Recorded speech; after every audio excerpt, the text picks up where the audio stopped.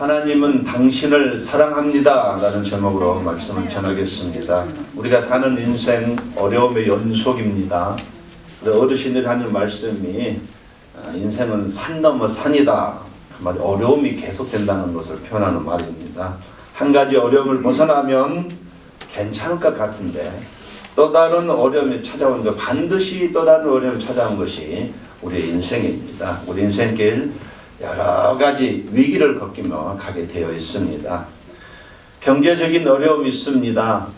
보증을 섰는데 어떤 사람 잘못되어서 자신이 남의 빚을 갚는 경우도 있잖아요. 또 누군가를 신뢰했는데 관계가 깨어지고 심한 상처를 받다 보니 사람 만나는 것이 두려워서 집 밖에 나가지 않기를 3년 동안 했다는 그런 얘기도 들립니다. 질병의 고통이 더 이상 너무나 심하기 때문에 이제는 이 세상에 미련이 없다고 말하는 사람도 있어요. 하루빨리 하나님 앞에 가고 싶다라고 말하는 사람도 있습니다. 또 어떤 사람은 죄를 짓다 보니 너무 자신이 부끄러운 것이에요. 너무 부끄러워서 죄책감에 시달리다 보니 방황하기도 합니다. 어쨌든 우리 인생은 이렇게 어려움과 위기가 수시로 찾아오게 되고 힘든 것이 우리의 인생입니다. 그러다 보니 말하는 것이나 숨 쉬는 것도 버거울 때가 있어요. 모든 것을 놓아버리고 싶을 때도 있습니다. 그런데 성경은 우리에게 말하기를 그럴지라도, 그렇게 힘들지라도 한 번뿐인 소중한 인생, 어려움과 고통을 극복하고 다시 일어나라고 말을 합니다. 다시 인생길을 가야 한다고.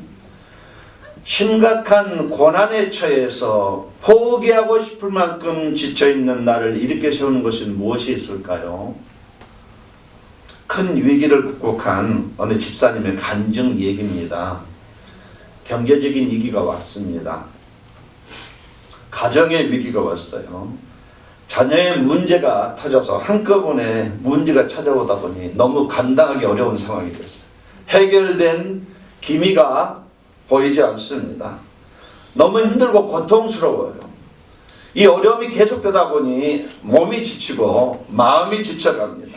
자존감이 무너진 지는 오래예요. 인생을 포기하고 싶지만 어린 자식이 있어요. 아무것도 할 수 없는 상황입니다. 여자 현자의 몸으로 어떻게 감당이 안 되는 부분이에요. 마지막 방법으로 하나님 앞에 나갔습니다. 나가서 겸손히 있는 그대로 정직하게 기도했어요. 지금의 상황을 놓고 하나님 앞에 믿음의 손을 내밀었습니다. 어떤 일이 났을까요? 하나님은 아버지세요. 반드시 도와주십니다. 하나님께서 이루어 주셨는데 음성이 들렸습니다. 내가 너를 사랑한다. 이 음성이 들렸어요. 내가 너를 사랑한다. 내가 너를 사랑한다. 계속 들렸어요. 마음속에 계속 하나님께서 말씀하신 것은 내가 너를 사랑한다. 이 음성이었습니다. 상황은 바뀐 것 없지만, 환경은 바뀐 것 없지만 마음에 있던 두려움이 사라졌습니다. 그동안 느껴보지 못했던 평안을 비로소 경험을 했고 마음의 안정감을 찾게 되었어요. 지칠 대로 지쳤는데, 포기하고 싶었는데 나를 사랑하는 하나님이 도와주실 것이라는 생각이 번뜩였습니다. 그래서 결심하기를, 그래, 다시 한번 해보자. 다시 한번 시작해보자. 결국 그 집사님은 모든 위기를 극복하고 승리했습니다. 그리고 지금은 더 나은 미래를 향해서 열심히 살아가고 있다는 감정입니다. 지쳐있는 나를 일으켜 세우는 것이 무엇인가요? 성경은 분명히 말합니다. 하나님의 사랑은 나를 일으켜 세울 수 있다고 말해요. 어떤 상황 가운데서도, 아무리 극한 상황 가운데서도 하나님의 사랑은 나를 다시 힘을 주게 하고 이렇게 세울 수 있다고 성경은 그렇게 아주 자신 있게 주장합니다. 하나님의 사랑은 내가 아무리 무거운 짐이 있어서도 가볍게 느껴지게 만든다는 것이에요. 내가 어떤 고통 가운데 있어도 하나님의 사랑은 나에게 자유함을 줄 수 있다는 것입니다. 인생의 행복은 물질이나 명예나 권세가 아니라고 성경이 가르칩니다. 세상 사람들은 돈 많으면 행복할 것 같은데 성경은 그렇게 말하지 않습니다. 인생의 행복은요, 하나님의 사랑을 느낄 때 행복을 찾는다고 말을 해요. 하나님의 사랑을 얼마나 느끼냐에 따라서 행복이 비례된다고 말을 하고 있습니다. 하나님의 사랑을 많이 느끼면 그만큼 행복하고 만족스럽게 살 수 있다. 이게 성경의 가르침이에요. 성경이 그렇다면 그런 겁니다. 우리에게 가장 중요하고 매우 중요하고 기쁘고 좋은 소식이 있습니다. 하나님이 세상을 이처럼 사랑하사 독생자를 주셨으니 이는 저를 믿는 자마다 멸망치 않고 영생을 얻게 하려 하심이니라. 우리가 이 말씀을 어렸을 때 듣다 보니 사실 좀 식상해요. 너무 많이 듣다 보니 또 그 소리구나 할 수 있습니다. 그런데 이 말의 정확한 의미를 알면 좀 달라져요. 이 말이 무슨 의미냐면요, 하나님이 당신을 너무너무 사랑하신다. 이게 원칙이에요. 하나님이 당신을 너무너무 사랑하신다. 이게 원칙입니다. 과거에도 사랑하셨지만 지금도 사랑하고 계신다. 이게 원어의 원뜻입니다. 나를 사랑하시는데, 지금도 사랑하시는데 너무너무 사랑하신다. 이걸 못 느끼는 건 나의 잘못이지 하나님의 잘못이 아닌 것이에요. 세상 누구에게도 사랑받지 못했고 심지어 부모에게 사랑을 받지 못했다 할지라도 하나님은 과거에도 나를 사랑하셨고 지금도 나를 사랑하시고 앞으로 나를 사랑하신다고 성경이 말을 합니다. 이 요한복음 3장 16절 말씀, 이처럼 사랑하신다 이렇게 말하고 있는데요, 이 말은 말로만 사랑한 것이 아니라 구체적으로 사랑하신다. 어느 정도 사랑하셨는가 하면은 하나밖에 없는 독생자를 나를 위해서 주실 것만큼 사랑하셨다는 얘기예요. 하나님의 나를 사랑하셔서 독생자를 보내시고 내 죄를 용서해 주시기 위해서 십자가에 달리시게 했음을 믿기만 하면 내 죄가 용서받고 천국에 가게 됩니다. 아멘. 예수 그리스도 하나님의 사랑을 믿기만 하면 어떤 죄든지 다 용서를 받는다는, 이게 하나님의 구원의 법칙이에요. 하나님의 사랑을 믿지 않으면 지옥에 가지만 하나님이 나를 사랑하시는 사실을 믿기만 하면 영생을 얻습니다. 이게 복음입니다. 이게 복음이에요. 이게 기쁜 소식이에요. 성경은요, 우리에게 계속 하나님이 나를 사랑하신다고 쉴 새 없이 말하고 있습니다. 성경의 주제가 사랑 아닌가요? 에레미야 선지자는 하나님의 사랑을 무궁한 사랑이라고 표현했습니다. 한이 없고 끝이 없는 사랑이라고 말했어요. 또 모세는 독점적인 사랑이라고 표현했는데 우리만 사랑하신다는 것이에요. 또 요한은 끝까지 사랑하신다고 말씀합니다. 중단 없이 계속되는 사랑. 또 바울은 죽기까지 나를 사랑하신다고 했는데 나를 사랑하사 나를 위하여 자기 몸을 버리셨다는 것이에요. 우리가 이 믿음, 이 사랑을 믿고 산다는 것입니다. 그런데 이 사랑을 끊어낼 자가 또 없다고 말을 해요. 여러분, 이 사랑에 여러분 성령의 조명을 받으시기를 예수님의 이름으로 권면을 드립니다. 아멘. 그런데 이 사랑을 믿었으면 좋겠는데 이 사랑을 믿지 않습니다. 또 가볍게 여기는 사람이 있어요. 이 마음으로 가슴으로 받을 수 있어야 되는데 이 마음이 없습니다. 머리로는 사랑을 계산하고 생각하고 정립이 되는데 가슴이 없어요. 가슴에 느낌이, 임재가 없습니다. 사랑을 느끼지 못합니다.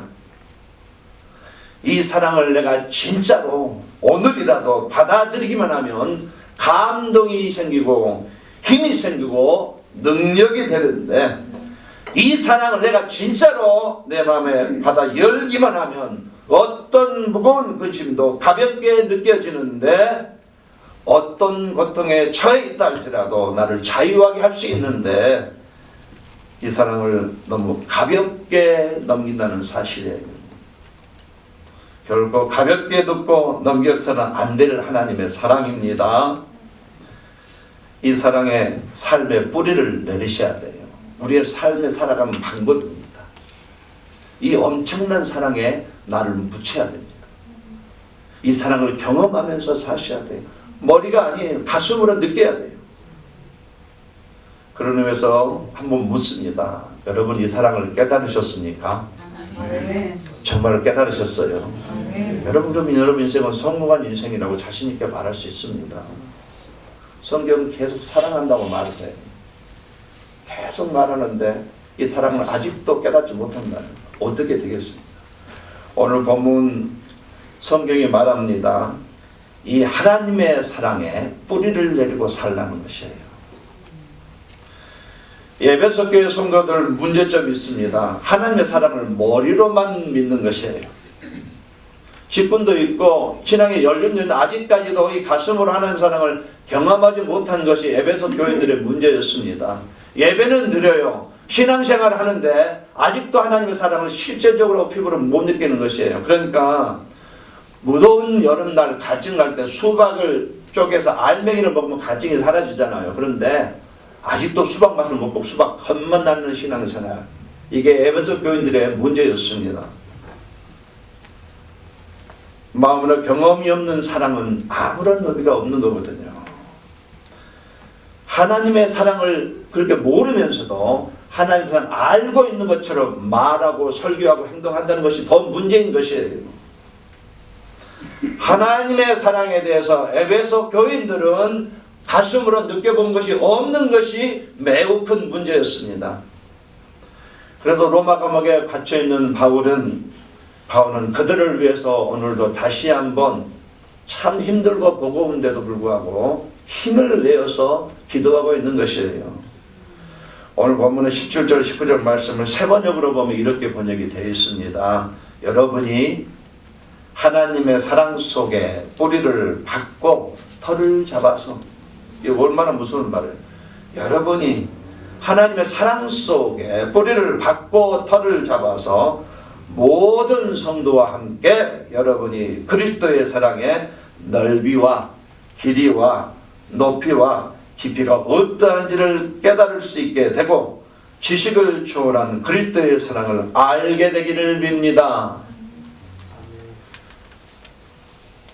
하나님의 사랑을 머리로만 생각하고 입술로만 말하는 가슴이 없는 그들을 향해서 너무나 안타깝고 너무나 걱정스럽고 너무나 답답해서 바울이 숨이 막혀서 지금 하나님의 사랑을 다시 가르치고 있습니다.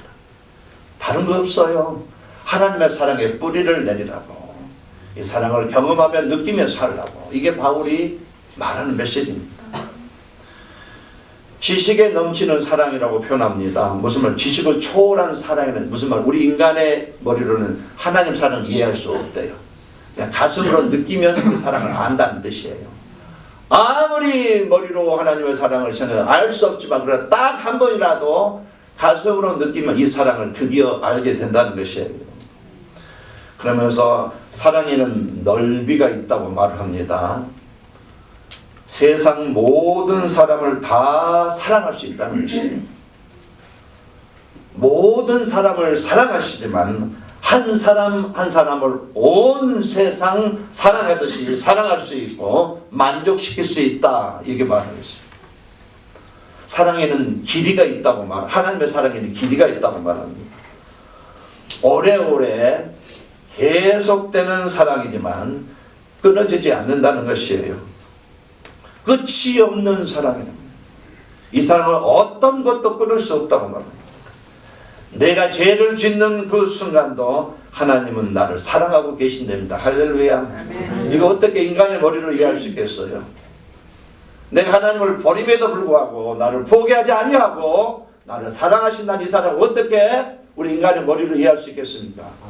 가슴으로 느낄 때만 이것이 받아들여지는 것이에요. 또 내가 연약해서, 내가 실수해서 때로는 모든 사람에게 비웃음을 당하고 욕을 당한 정도의 처참한 이치에 빠져 있다 할지라도 그래도 이 사랑은 나에게 변하지 않는다는 것이에요. 여전히 나를 사랑하신다는 것입니다. 나의 연약함보다다, 나의 죄보다도 하나님의 사랑이 훨씬 크고 길다는 것이에요. 또 하나님의 사랑에는 깊이가 있다고 본문이 말합니다. 깊이 하늘 보좌를 버리시고 나를 구원하시기 위해서 죄인의 몸으로 이 땅에 오셔서 나의 모든 죄를 짊어지시고 십자가에서 죄인의 모습으로 매달려 죽는 자리까지 같이 밑으로 내려간 사랑, 깊이가 있다는 것이에요. 나 같은 죄인을 구원하시기 위해서 하나님이 사람이 되시고 창조적으로 또 죄인이라고 정죄함을 받고 말도 안 되는 상황을 겪으면서도 묵묵히 피를 흘려주시고 죽으시고 무덤까지 내려가는 깊이 있는 사랑, 이해가 되시면 아멘 하시겠습니까? 아멘. 또 하나님의 사랑에는 높이가 있다고 말을 합니다. 죄인이었던 나를 하늘로 올려서 영원한 생명을 가지고 하늘 나라에서 예배하며 살게 하는 이 높이가 있다는 것이에요. 이게 어떻게 인간의 머리로 이해가 되겠습니까?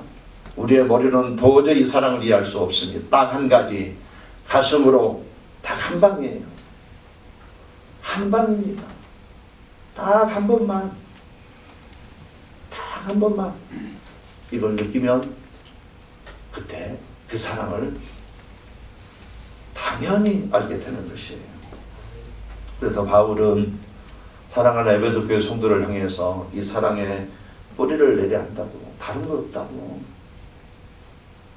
이 사랑을 경험하는 자리로 어딘지 가라고, 신앙을 하나님 사랑 가운데 내리고 굳어지라고 이렇게 매우 강하게 간절하게 죽음을 앞두고서 이렇게 말을 하고 있는 것입니다. 저와 여러분 마찬가지입니다. 하나님의 사랑을 진짜로 깨닫게 된다면요, 가슴에 울림을 갖게 된다면 모든 것을 만족할 수 있는 은혜를 갖게 되는 것입니다. 하나님의 사랑을 받으면 신앙생활이 쉽고 즐거운 삶이 될 수 있습니다. 결코 세상으로 가지 못합니다. 이 사랑을 경험할수록 보는 것이 달라지고 생각한 것이 달라지게 되어 있습니다. 나의 말도 달라지고 느낌도 달라집니다. 이 사랑이 나를 바꾸어 놓는 것이에요. 나도 나를 바꾸지 못하는데, 나의 인격을 고치지 못하는데, 이 사랑은 나의 생각을 바꾸고 지식, 감정, 의지를 바꾸고 인격을 바꾼다는 것이에요. 이 사랑을 경험하게 되면요, 진짜로 경험하게 되면 이 사랑이 너무나 고맙고 감격스럽고 감동이 되어서 내 자신도 다시 사랑하며 다른 사람도 사랑을 베풀며 살며 하나님도 진짜로 사랑하게 되는 것이에요. 여러분, 이 사랑을 경험하시기를 예수 이름으로 권면을 드립니다. 신앙생활 50년을 했어도 이 사랑 경험하지 않았다면 오늘 다시 시작하셔야 되는 것이에요. 방법이 없습니다. 우리가 아무리 신앙생활을 오래 했어도 이 사랑을 잃어버리면 어떻게 됩니까? 하나님이 분명히 말씀하십니다. 그러나 너를 책망할 것이 있나니 너희 처음 사랑을 버렸느니라. 그러므로 어디서 떨어진 것을 생각하고 회개하여 처음 행위를 가지라. 만일 그리하지 아니하고 회개하지 아니하면 내가 내게 임하여 내 촛대를 그 자리에서 옮기리라. 사랑을 잊어버리면 책망하신다는 얘기예요. 심한 말로 촛대를 옮겨버린 하나님, 이게 무슨 의미인가요? 좀 심하게 표현해서 끝장을 낸다는 뜻이에요. 관계를 끊어버리겠다는 얘기예요. 물론 그러지 않겠지만 그만큼 귀중하게 하나님께서 여기시는 것이에요. 마음을 열고 성령의 도움을 진짜로 받아서 사랑을 체험해야 되겠습니다. 이 사랑을 체험하게 되면 예배 태도가 달라지게 되어 있어요. 찬양하는 태도가 달라지게 되었습니다. 이 사랑이 내 마음에 오늘도 부어져야 되겠어요. 나를 사랑하셨고 지금도 나를 사랑하고 계십니다. 이 사랑을 경험해야 되겠어요. 깨달아야 되겠어요. 우리가 하나님의 사랑을 깨닫게 되면 어떤 일이 일어나겠습니까? 성경을 중심으로 세 가지 같이 생각해 보겠습니다. 첫 번째, 저와 여러분이 하나님의 사랑을 가슴으로 깨닫게 되면 그때 비로소 평안이 있습니다. 아멘. 할렐루야. 아멘. 이 사랑을 깨닫기 전까지는 결코 평안을 경험할 수가 없어요. 고린도서 3장 14절 15절 말씀, 이 모든 것 위에 사랑을 다하라. 이제는 온전하게 매는 띠니라. 그리스도의 평강이 너희 마음을 주장하게 하라. 평강을 위하여 너희가 한 몸으로 부르심을 받았으니 또한 너희는 감사하는 자가 되라. 쉽게 얘기해서 주님의 사랑만이 나에게 평안을 준다, 이 뜻이에요. 아멘. 쉽게 그 뜻입니다. 오직 주님의 사랑만이 나에게 평안을 준다. 반대로 주님의 사랑이 아니고도 결코 평안을 누릴 수 없다, 이 뜻입니다. 성경이 그렇다면 그런 것이에요. 많이 가졌다고 해도 마음이 지옥이면 불행 아닙니까? 평안해야 행복한 것이에요. 사람이 마음의 평안을 잃으면 영혼과 정신뿐만 아니라 육체의 건강까지도 무너지게 되어 있습니다. 평안이 나의 행복의 조건이에요. 평안이 어디서 옵니까? 하나님으로부터 온다. 평안은 세상에 줄 수 없는 하나님만이 주시는 선물이라고 말을 합니다. 저와 여러분이 하나님의 사랑을 알 때 비로소 나에게 평안이 시작이 되는 것이에요. 물질과 명예와 권세를 가지면 편안하게는 살 수 있지만 평안할 수는 없습니다. 이것들 많으면 오히려 마음이 공허해져요. 공허해집니다. 세상에서 얻은 것으로는 내 마음의 공허함을 결코 채울 수가 없습니다. 뭔가 참 남아있거든. 이게 뭘까? 이 부족함이 뭘까? 왜 이게 있을까? 기도를 해도 말씀을 들어도 왜 이게 생길까? 왜 사라지지 않을까? 이유가 없어요. 사랑을 경험하지 않기 때문에 그게 참 남아있는 것이에요. 하나님의 사랑을 경험하는 순간 그 미미한 공허함, 뭔가 서운함이 하루아침에 사라지게 되는 것입니다. 두려움도 불안도 사라져요. 하나님의 사랑을 깨닫는 순간 나에게 마음의 평안이 찾아오는 것입니다. 그러므로 저와 여러분 힘들고 어려울 때마다, 공허하고 두렵고 불안할 때마다, 마음에 무거울 때마다 다른 데 기웃거릴 필요가 없습니다. 그때마다 하나님께서 나를 얼마나 사랑하신지를 묵상해야 되는 것이에요. 그때 묵상할 때 내 마음속에 평안이 들어오는 것입니다. 아들을 주께까지 나를 사랑하신 그 하나님, 지금도 나를 사랑하고 계시는 그 하나님을 묵상해야 되는 것이에요. 그러면요, 하나님은 나의 아버지이기 때문에 바로 반응을 보여주십니다. 망설임이 없으셔요.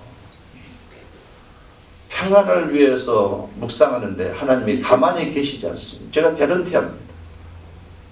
어느 순간 나도 모르게 이 공허한 마음 가운데 마음의 평안이 채워지고 하나님의 평안을 경험하게 되는 것입니다. 하나님의 사랑은 나에게 세상이 줄 수 없는 평안을 줍니다. 여러분 가슴에 하나님이 주신 위로와 평안이 항상 넘치시기를 예수님으로 간절히 권면드립니다. 아멘. 두 번째로 하나님의 사랑을 깨닫게 되면 미래에 대한 희망을 갖게 됩니다. 예레미야 29장 11절 말씀, 나 여호와가 말하노라 너희를 향한 나의 생각은 내가 하나니 재앙이 아니었고 평안이요 너희 장래에 소망을 주려 하는 생각이라. 우리를 향한 하나님의 생각은 미래에 소망을 주겠다는 것이, 희망을 준다는 뜻이에요. 아시는 대로 우리 미래는 너무나 불확실해서 다음을 확신할 수가 없습니다. 미래는 확실한 것이 하나도 없습니다. 그러나 우리가 하나님의 사랑을 경험하면 할수록 미래에 대해서 확신을 갖게 된다는 것이에요. 앞날이 불확실하고 보이지 않지만 나를 사랑하는 하나님이 가만히 있지 않고 나의 미래를 열어주실 거야, 미래를 좋게 하실 거야, 이렇게 하나님의 사랑이 나에게 이런 생각을 갖게 된다는 거예요. 그래서 자연스럽게 불확실한 미래에 대해서 긍정적인 그림을 그릴 수 있다는 것입니다. 그러므로 저와 여러분 미래에 대해서 너무 불안해할 필요는 없습니다. 두려워하거나 그렇게까지 낙심하고 절망할 필요는 없습니다. 나에게는 하나님의 사랑이 있기 때문에. 사랑이신 하나님은 전지하시잖아요. 모든 것을 아시잖아요. 나의 과거도 압니다. 나의 현재도 알고 나의 미래도 아십니다. 나의 미래도 아심으로 불확실한 미래에서도 가장 적절한 방법으로 나를 인도해 주십니다. 할렐루야. 아멘. 사랑이신 하나님은 또 전능하십니다. 모든 것을 하시는 분이세요. 이 세상에 못 하시는 것이 없습니다. 내가 할 수 있는 것도 하나님은 다 하셔요. 그 불확실한 미래에 확실하게 길을 열어주실 수 있는 분이 하나님이세요. 이런 찬양이 있습니다. 주 사랑이 나를 이끄시네. 내가 갈 수 없는 그곳으로 주의 사랑 나를 붙드시며 세상 끝날까지 인도하시네. 주님만이 내 아픔 아시며 주님만이 내 마음 어루만지네. 어느 누구도 나를 향하신 주님의 사랑 끊을 수 없네. 이런 찬양이 있어요.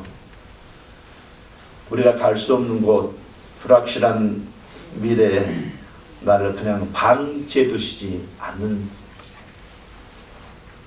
닫혀 있으면 열어주십니다. 막혔으면 뚫어주시고 장애물이 있으면 딛고 넘어가게 하신 하나님이세요. 사람은 그가 가진 생각에 따라서 미래가 결정되어집니다. 안 된다고 하면 안 되지만 된다고 하면 됩니다.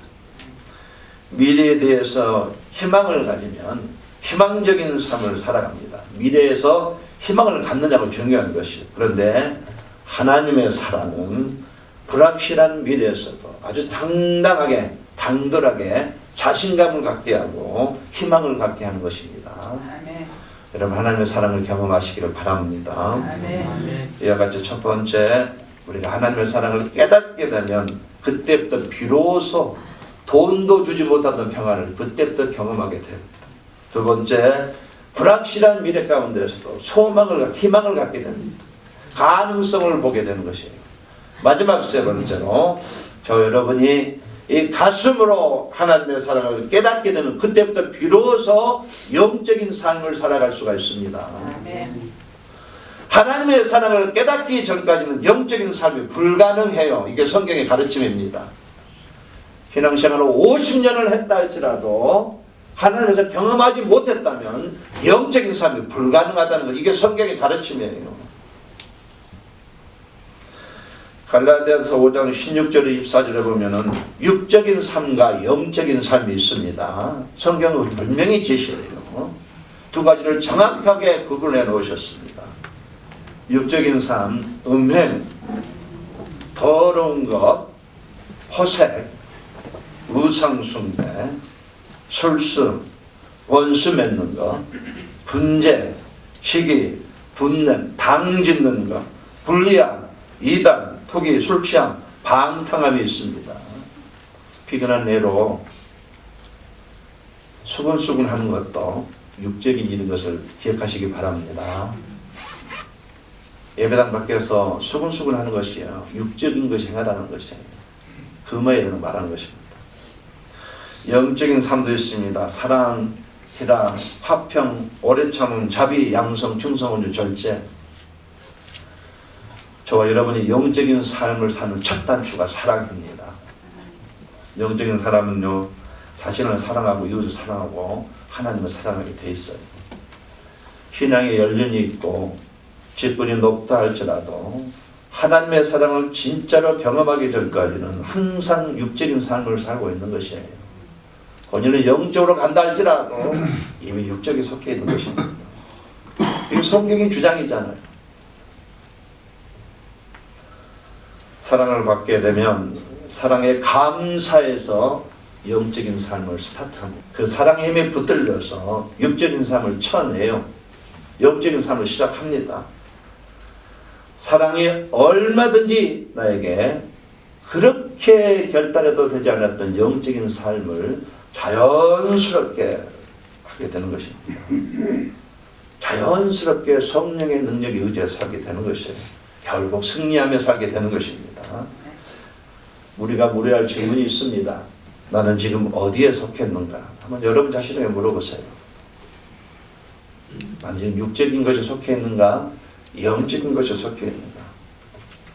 하나님의 사랑이 나를 영적인 삶으로 이끄는 것입니다. 아멘. 하나님의 사랑을 경험하는 데 초점을 맞춰보시기를 예수님으로 권면을 드리겠습니다. 아멘. 말씀의 결론을 맺겠습니다. 나를 위해서 자기 몸을 버리신 예수님이세요.